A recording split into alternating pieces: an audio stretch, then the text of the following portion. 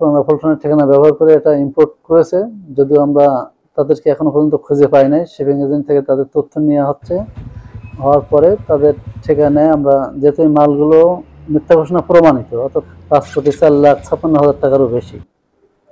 এখন যেহেতু আমরা পণ্যটা আটক করেছি, এই পণ্য তার বরাবর যে ইম্পোর্ট করেছে তার বরাবর আমরা এখন কারণ দর্শন নোটিশ জারি করব এবং এই পণ্য এখানে বাজেয়াপ্ত হবে না তা উল্লেখ করব।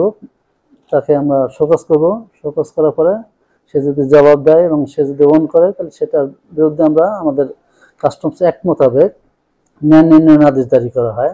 ন্যায় নির্ণয় আদেশ জারি আমাদের একটা সংক্ষেপে বলে রাখে, এটা হচ্ছে অসত্য ঘোষণা প্রমাণিত হইলে যে পরিমাণ শুল্ক অপরাধী ফাঁকির কথা ছিল তার 100% থেকে 400% পর্যন্ত জরিমানার বিধান আছে।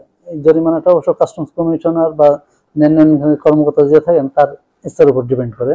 অর্থাৎ এখানে যে 5,04,00,000 টাকার জরিমানা শুল্ক ফাঁকির চেষ্টা করা হয়েছে, আমি যদি ন্যায় করি ন্যূনতম অন্তত 5,04,00,000 ইন্টু 2 অন্তত 10,08,00,000 টাকা মিনিমাম জরিমানা হবে। আর এটা আমি 4 গুণ পর্যন্ত জরিমানা করতে পারবো, এর মাঝের যে কোনো পরিমাণ জরিমানা করতে পারবো।